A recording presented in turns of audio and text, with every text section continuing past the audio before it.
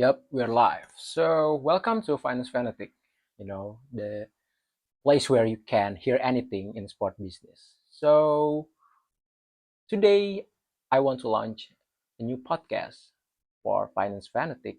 The podcast is called Sport Acquisition Podcast. So, in here we will talk about anything in sport business world, not just acquisition, buying and selling teams, some sort of that, but we will talk about happening the deal, anything, like anything in details, basically like that. So make sure you stay tuned. So today we will talk about NBA team acquisition because we just heard a big news, a breaking news from the Dallas Mavericks. Mark Cuban is selling Mavericks to Miriam Adelson or Adelson family for $3.5 billion deal, which is a big, because Mark Cuban, as we know, are one of the best owner in the team. NBA people in the NBA business already said that. If you heard in another podcast, in another news, this and yep, we will dive into this deal. And we will dive into ownership change in the NBA, the buying and selling process in the NBA, and yep, that's what we gotta do. So make sure you stay tuned. So Mark Cuban just selling his Dallas Maverick to Miriam Adelson for $3.5 billion in the deal. And in this part, I will break it down to you for the impact of the deal from the business side and basketball side. So we will literally dive into that. But first, I want to talk about the impact of basketball side. So because the deal said that Mark Cuban will retain his position in basketball operation, which is he's still on the team. He still has shares and he's still on the team, but he's not the majority owner of the team. I think for the basketball perspective, it's going to be great because we already know Mark Cuban, one of the best owner. He's a game changer. You know, he, you know, he really changed the business of basketball with the way he is. Like he really put the PlayStation in the locker room, food in the locker room, and if you heard about in the podcast, Matt Barnes and Stephen Jackson, all the smoke showed out to them. They said that if you play Mavericks, you win or lose, you win. That's it. That's how great Mark Cuban is. So in the basketball side, it will be great. Mark Cuban will still on the charge of the team, and it's great. But from the business side, it's far more great because earlier in the All This Mock podcast, Mark Cuban just said that he want to bring a strategic partner to the team. A strategic partner is that a partner that can run a business together. You want to bring people from another background to the team. So here is it. Let me break it down. Mark Cuban is a real estate guy, sorry, sorry. Mark Cuban is a tech guy, He's a startup investor. He built a startup company, internet company, and sold them for billions of dollars. He been doing his thing, and he needs to pick another people to help them run this team, And he said in the podcast too that he wants to bring a real estate guy to the game. And I think it's a great point that the deal is why this deal is happening because the Adelson family is the owner of Las Vegas Sands, a gaming company that, of course, the gaming company can be separated from real estate because there is a lot of laws and so you should make your business at the right place, you know, and so you can mess up with the laws and it can be separate because it's really complex business. You should put your real estate in the right country, in the right state, because every state has different rules, different law for the gaming business. So it is interesting because it will be more profitable. Why do I say it is important? Because here's it. uh the team can offer a brand new experience to the fans, because NBA is not just a boring business like selling tickets, selling the show, selling the game of basketball. It's not just that. They sell merchandise. There's a lot of stuff, but right now it turned into real estate business. We can really see that a lot of team move to the new arena, like LA Clippers and also like Golden State Warriors. LA Clippers not moving yet, but they built new arena in Inglewood, California. So it will turn into, real estate business. And what I see is that Cuban and the Dallas Mavericks want to offer the customer a brand new experience, to watching the game. So maybe they can build a arena that has a resort and gaming place, and because it has resort and hotel, the fans can see the game from their hotel room, and the team can charge the fan more premiums for that service, for that experience. So I think it will be a great deal because it will be bring more cash to the team.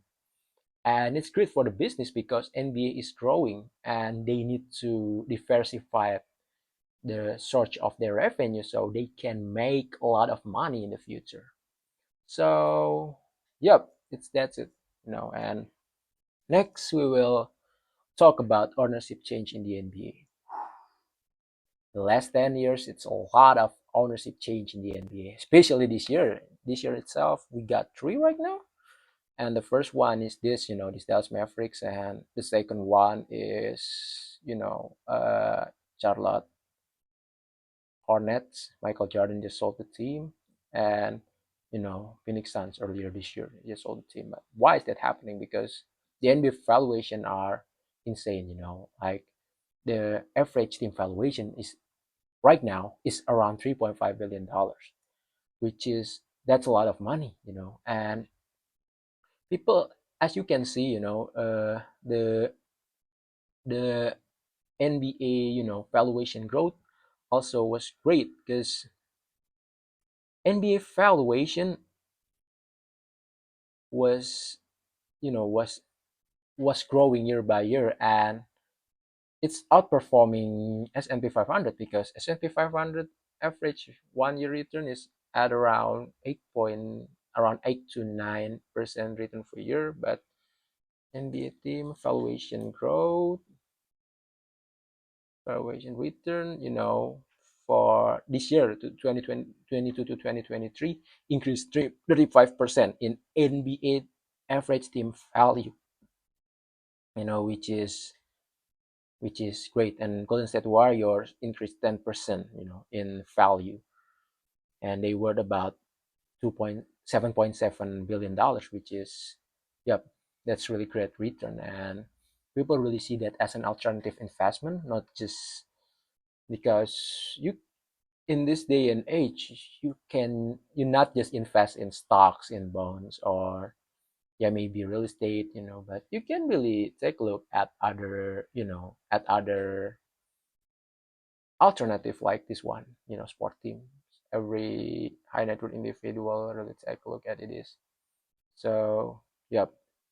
And the impact of the ownership change is that I have few points of that, but the ones that I wanna put is the business, because it used to be one owner or few person, but right now it will be institution, it will be another person, and it will change this business's work, and NBA will try to find a way to make revenue, make money, and it will grow the global game. It will be great, for the business. And yep, as you can see, maybe the example of ownership change in the NBA, like with Cuban, like he changed the ball game, like because NBA, like in the back in the day, the owner and the players are not close, like it's whole different world. But after Cuban, they are close, like because Cuban really building relationship with the team, and and bringing giving the player experience to play with the math, so they can be proud to play with the math, like he bringing the food to the locker room, PlayStation, and building relationship with players. I think it's the ones of the notable example in the uh, changing ownership in the NBA, because people will take a look at how Mark Cuban did it, and the other owner was like, okay, we should do the same, because other player want to move to Dallas, so we should find a way. We should make this thing more interesting. So, yep, that's it. So, the last buying and selling team process in the NBA. So, buying and selling team in the NBA is a lot of process, but I will break down to you guys for each of those. But the first, I want to break it down to you from buyer perspective. So if you wanna buy the NBA team, the process will be like this. You know, will be like this. It might be like this because I personally don't ever buy the team right now. But yeah, the process will I'm import from a lot of search, and the process will be like this.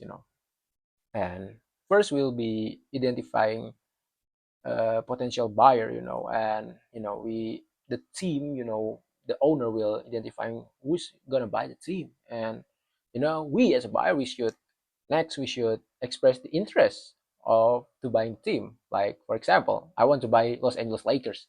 I should express my interest to the Bass family, because he's the largest shareholder. The Bass family trust. So I should reach out to Jenny Bus. I should come to her and say, "Yo, I want to buy your team," and then do the diligence, because this process will be done with your investment banker, company broker, and also the lawyer. Like it's a really long process in here, and then after that we come to the next phase, negotiation and valuation, because the buyer, we want a rational valuation, but the team owner want a higher valuation. So we should find, a point of the deal, the price for the deal, and it's really crucial because uh, it can make or break the deal. You know what I'm saying? And then the next NBA Board of Governor review and approval, background check, some sort of that, because NBA is the one responsible about this league. And if you have a tough background, not tough, maybe really not friendly background, NBA will take a look at that, and we will be reconsider and rethinking about your intention to purchase their franchise. So make sure you're a good guy. Basically, it is. So after NBA approve the deal, and then legal documentation and closing, and this process will get done with your lawyer, of course. But the due diligence one, I don't know. The lawyer will be involved in that. I don't know. I'm never buying, selling company right now. I'm just starting my business during my time here in business school, so I don't do any of that right now. And then, yep, ownership transfer and transition, and it used to be in the news, and it used to be a press conference, that come after the deal. That's it. So we'll break it down to you next in selling an NBA team. So I already the owner of the Los Angeles Lakers, and now I want to sell my team. So, according to many search, and this is the process. First is engage financial and legal advisor. So, I should reach out to my lawyer, and I should reach out to my, like financial advisor or my banker or whoever is that might be in your case. If you are high net worth individual, you might have one of those, or even you can do it yourself if you don't trust other people. But they used to be have that kind of stuff, like your financial advisor and your legal advisor, mean your lawyers. You should come to them and say, look, I want to sell my team. So how do we do that? And you should reach out to them first, and then you prepare the team for sale. And so prepare the business for sale, prepare the team for sale. It means that you should provide the operational operation, like historical financial statement, audited report, market research, and some type of stuff, future revenue and expense, some sort of that. And I think the process is not really much different like casual M&A process, and yeah, but the one who make it different is league approval. Maybe it is. And now we set a realistic valuation, and then confidentially and discretion, and then engage a sales broker. We need a company broker to find buyers. Used to be investment banker, M&A advisor, or some sort of that. That can get you a buyer to buy your team. Basically like that. And then the broker will market the team to potential buyer. They will find a buyer. It used to be like, yep, few month process. And then after that, after find a buyer, we negotiate with the potential buyer, because like I said previously, the buyer want rational price, but we as the owner want a higher price, like as many as we can.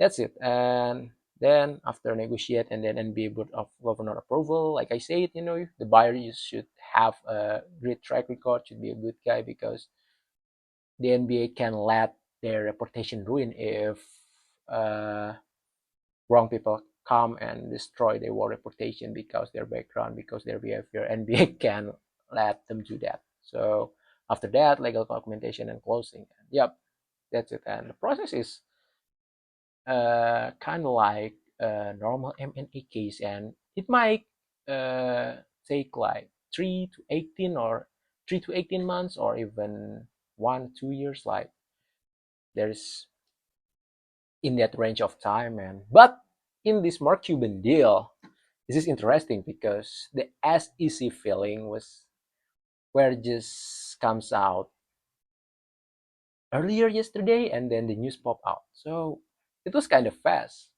I don't know what happened behind the scene, but it might be negotiation, that because it was private company, so the news will not just pops out like that. It was private company.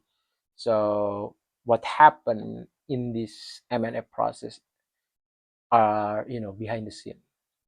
Even in public company, if they want to buy companies, it's like that too, because M&A is behind the scene process. So, but this process is kind of fast, because after the, Miriam Adelson selling her company share, and then boom, she buy the Dallas Maverick. It's really kind of fast, because after the liquidity process, the ownership was just changed like that, which is it's great. The broker, the people that set up this deal are really great person, are really qualified person, because as we seen, the way they done the deal is it's very very very structured. So just that happened, boom, like the liquidity comes out, let's pay this team and let's make the news. So what happened behind the scene are, sounds like there's not much going on, and was just happen like that, which is interesting. Like maybe if any of you like come from M&A background, investment banker, maybe we can take a look at that, or yep, drop your thoughts about it and explain us about this whole thing, because this deal is interesting. It's very very interesting. So yep, that's a podcast for today, and we will be talk a lot of this in the future, like anything in sport business industry, and we will be happy to cover you all of that, because I'm really passionate in that. So yep, that's it for today, and I'm out. See you in the next podcast.